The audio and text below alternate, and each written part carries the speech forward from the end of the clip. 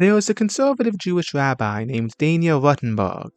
In her memoir, Surprised by God, she describes her journey from being nominally Jewish as a child to spending most of her teenage and young adult years as an atheist before then returning to the Jewish faith as an adult. Certain elements of her journey, I believe, are quite telling, insofar as they are deeply reflective of something that younger generations of religious people, or even religious seekers, are slowly but surely realizing.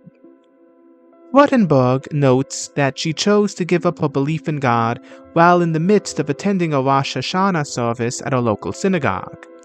She describes the moment she chose not to believe in God in the following terms.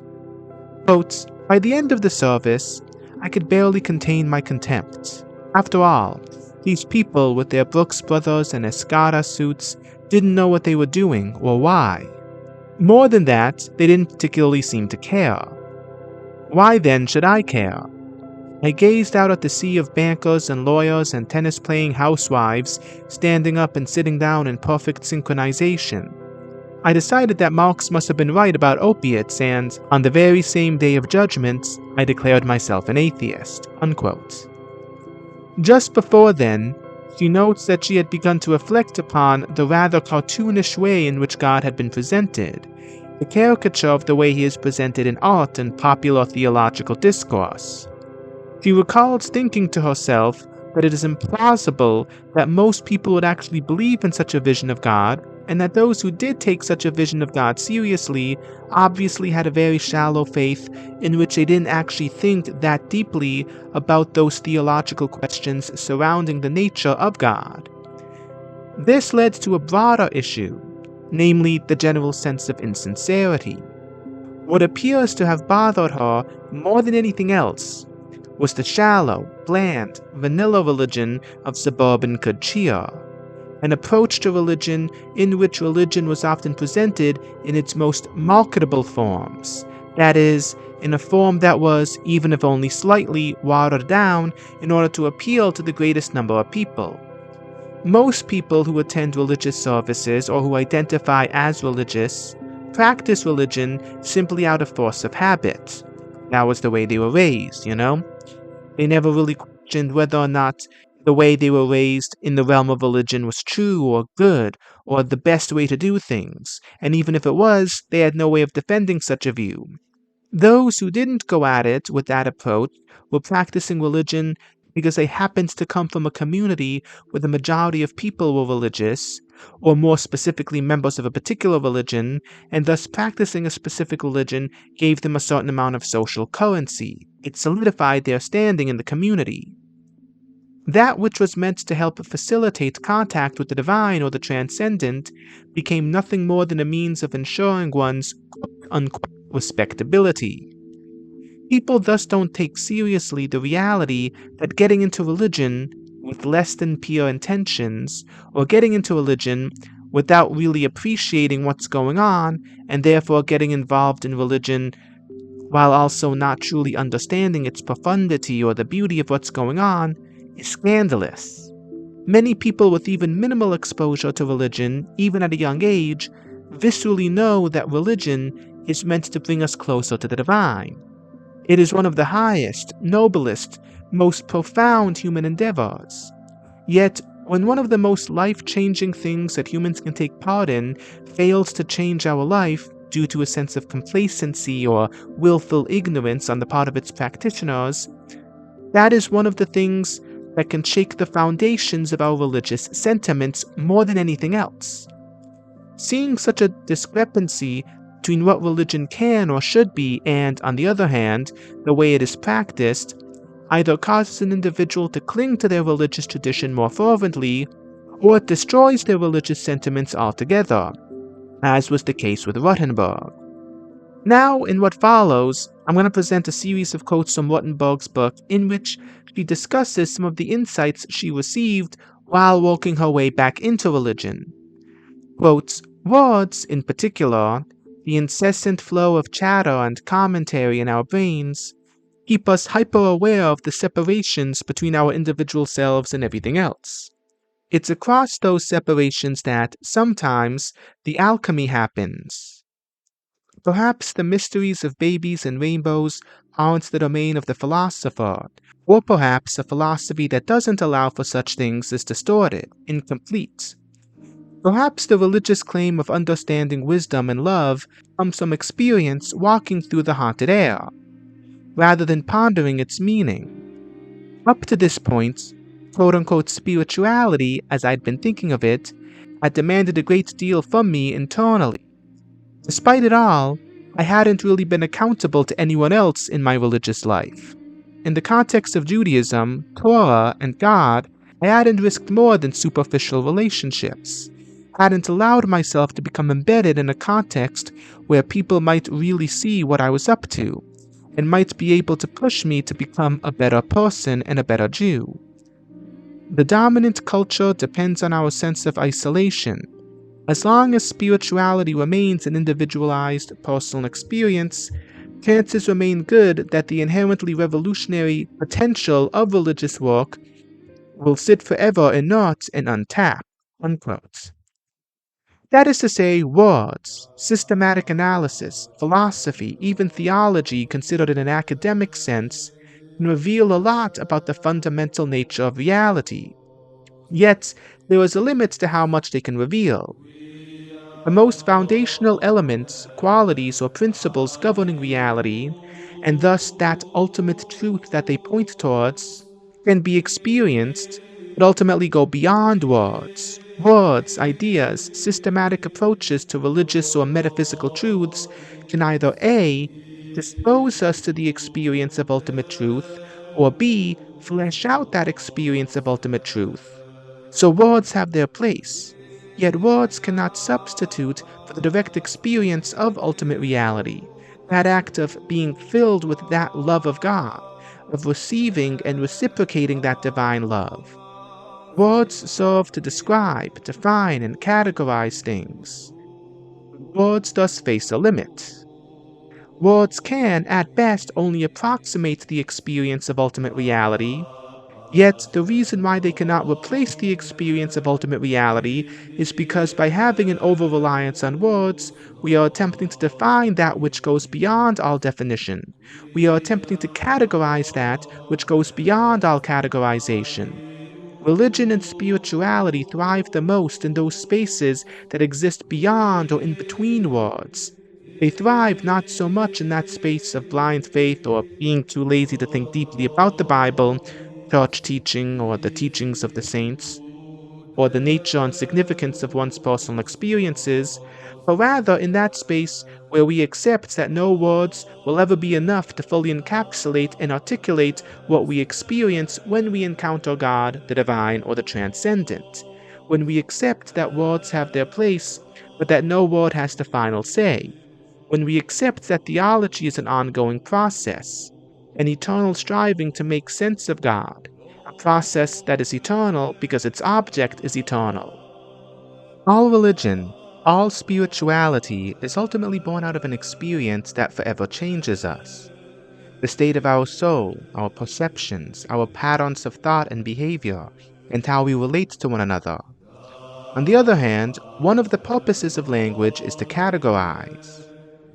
Yet, when we rely too much on language, that specific element of language, rooted in categorization, ends up being taken to its extreme, and thus an over-reliance on language in spirituality and religion leads to an undermining of religion. It leads to atomization, which in turn leads to a sense that we are radically disengaged from God and from one another.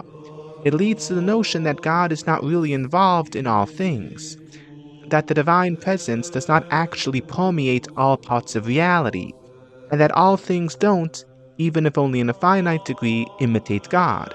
It also undermines the sense of community, the sense of belonging to a larger tradition, or the need to be held accountable, or the need for obedience to a higher spiritual authority. Historically, the desire for self-transcendence, or a direct encounter with the divine, and the intense spiritual experiences or sense of community that emerges from this has led a lot of people to pursue a path in Eastern spirituality and New Ageism, or liberal Christianity or generic evangelicalism, most of which are highly experiential and highly community driven. Many members of these movements have often drawn a sharp distinction between themselves and more traditional forms of Christianity, such as Roman Catholicism, Eastern Orthodoxy, and more conservative, especially high church forms of Protestantism. The latter neglect mysticism, an authentic sense of community, and authentic spirituality in favor of a strict adherence to rules, rituals, doctrines, and submission to authority, and all of the bureaucratic nonsense and political power plays that go along with this, and which have corrupted religion. Yet I believe that the tides are starting to turn, and what people like Rothenberg have said about religion or spirituality more generally, more people are starting to apply to more traditional forms of religion. Part of the reason for the collapse of traditional Christianity is due to a wrong-headed way of framing religion. It's all about rules and submission to the proper hierarchy. It's about the assent to a specific set of doctrinal propositions that don't always, of necessity, include having the most thorough understanding of the reasons why we believe in these doctrines. Religion, in such a view, is almost like a list of chores, and whenever we do what we need to do, we check off the boxes and then move on with our day. It isn't a way of life, or, more specifically, a radically new way of life that emerges from an encounter with God, a transcendent divine reality who creates us, and more importantly, redeems us by radically transforming human nature and disposing it towards deeper union with itself. People knew that this transformative encounter with God is what is at the heart of Christianity, and in a sense all religion, and that this wasn't what was being communicated to us efficiently in more traditional forms of religion. Yet that broader spiritual, philosophical, and even mystical element underlying traditional religion, which generations in the recent past have often overlooked or underemphasized, is starting to be brought back into the fore in more traditional religion. More and more people are starting to look into the biblical roots and philosophical foundations of traditional Christian doctrines. There is an increased emphasis on the sacraments as a means of receiving grace and therefore deepening our relationship with God, rather than simply a series of rituals that we partake in mindlessly in a mechanistic and superstitious manner. And as a result of this deeper appreciation of the sacraments, there's an increased emphasis on the notion that we need to approach the sacraments with a sense of devotion and the proper moral disposition.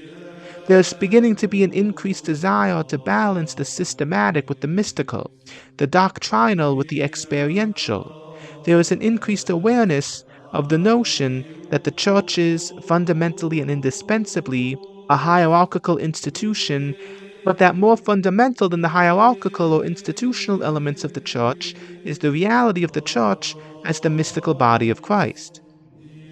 Traditionally, this desire to specifically feel something strongly, to avoid seeing one's spirituality become confined to an overly legalistic approach to religion, led many in past generations either towards liberal Christianity or generic evangelicalism, with its strong emphasis on personal experience, a sense of community, and a personal relationship with Jesus, or conversely, it led many people away from Christianity towards Eastern religion or New Ageism, which was seen as the opposite of Western religion, whereas Western religion was seen as rules with only minimal spiritual substance. Eastern spirituality and alternative religions were seen as bypassing these overly restrictive rules, doctrines, ritual precepts, and an overemphasis on orthodoxy, and got behind the mask. Nonetheless, young people today seem to be taking an increased interest in understanding the full spiritual, even mystical implications of traditional religious rituals, stories, doctrines, and symbols. A growing segment of the population is not, as some members of the youth culture did in the past, automatically throwing away these traditional symbols, but rather desire to penetrate their spiritual, symbolic, and moral depths. Yet, while what would popularly be called traditionalism is not by any stretch of the imagination the majority among the youth, the uptick in interest in more traditional expressions of religion is born, in part, out of an increased realization that, quote unquote, the rules were never just about the rules, As people begin to appreciate the philosophical nuance and spiritual depth behind the rules, the rituals, and doctrines of traditional religion, some people are beginning to realize that maybe the solution to the crisis of meaning that defines the youth has been hiding in plain sight. Some appear to be drawn to the intellectual robustness or the more systematic approach to spiritual and moral questions. Others tend to be attracted to the sense of beauty and reverence. Or maybe some are attracted to the way in which complex and multi-layered theological concepts can be expressed in a succinct yet poignant way by certain images, symbols, or gestures.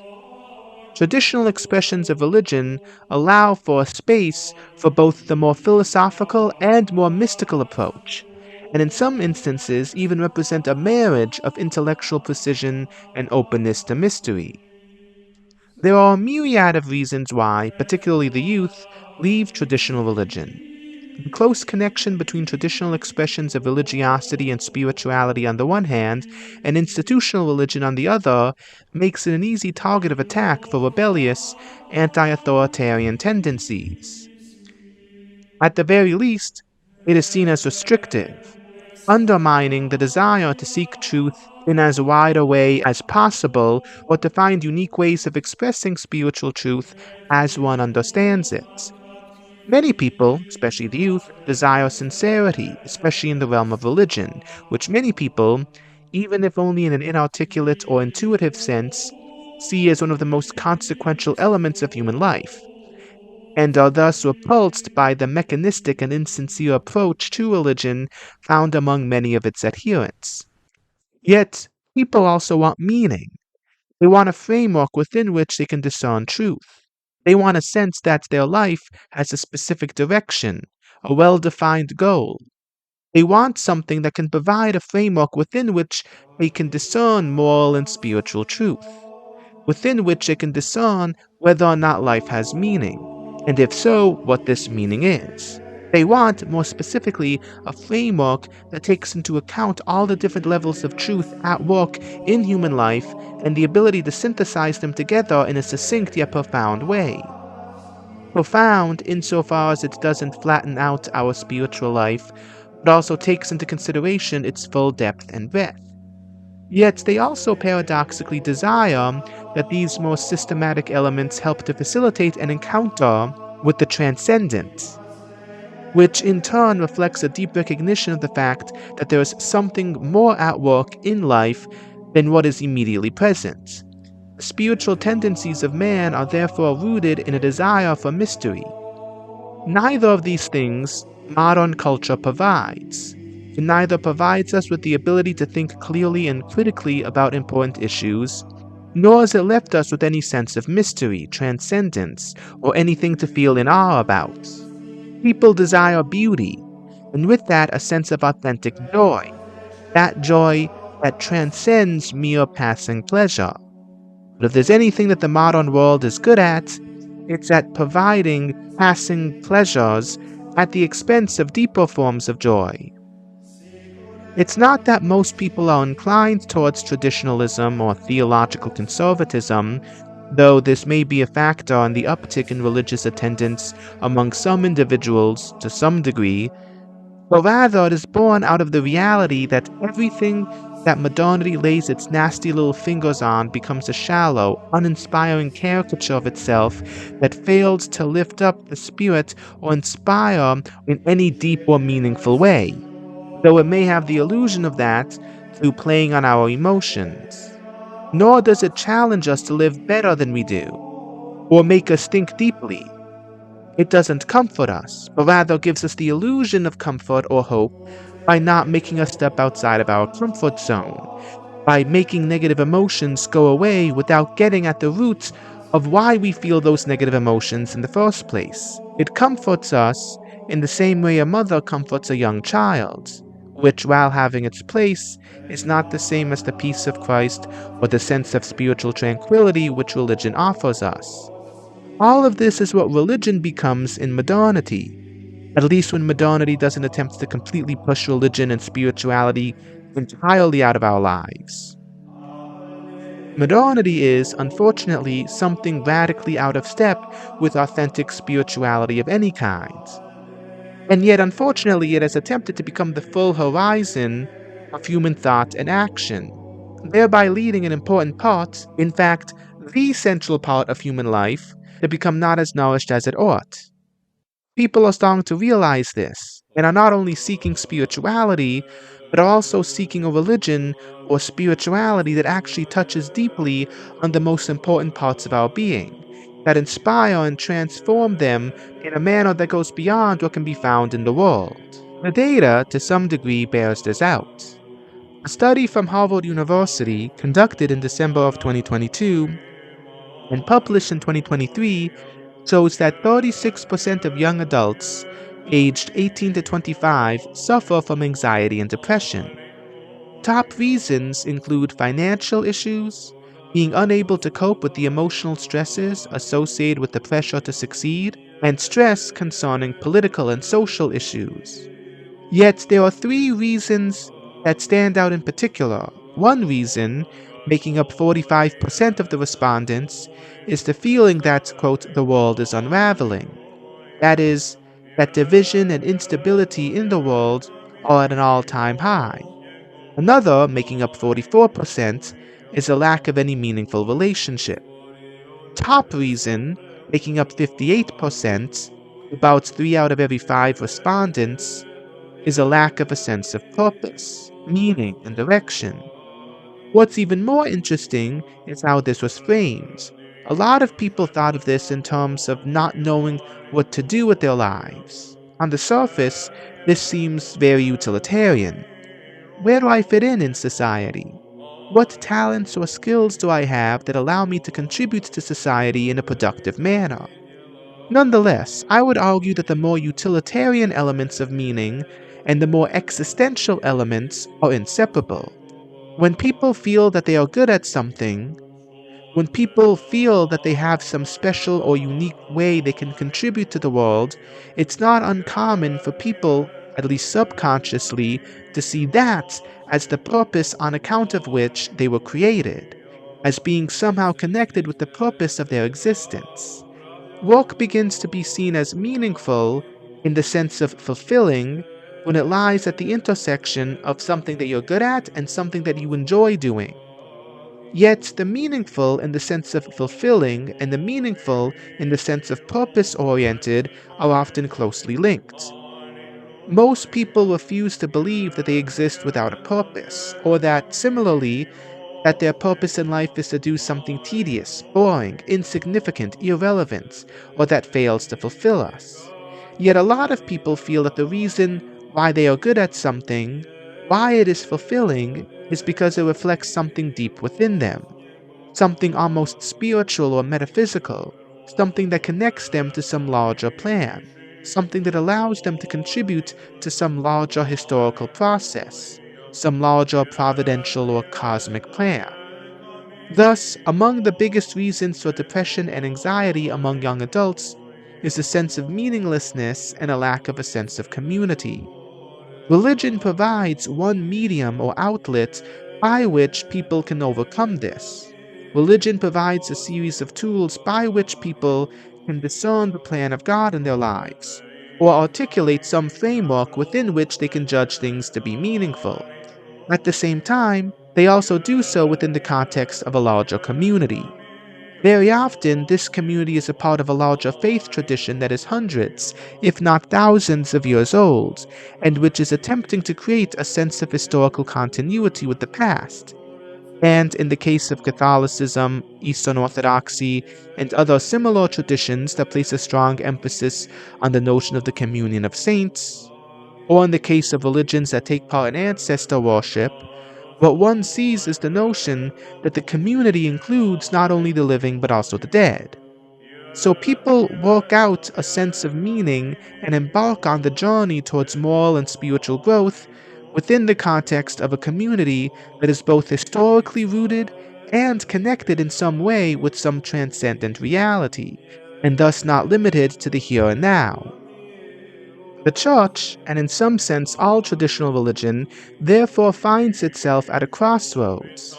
It can either continue to take part in those ineffectual forms of evangelization, in which it completely misses the point of what is at stake morally or spiritually, or, on the other hand, it can address those foundational existential questions that lie at the heart of man's interest in religion and spirituality to begin with. It can either be obsessed with rules, rituals, and traditions in a legalistic sense, or it can show how these rules, rituals, and traditions help to facilitate a deeper, more meaningful encounter with the divine. Traditional religion, in the current moment, is thus faced with the possibility of showing that it has something to offer that cannot be found in materialist consumerism or the pursuit of status and pleasure.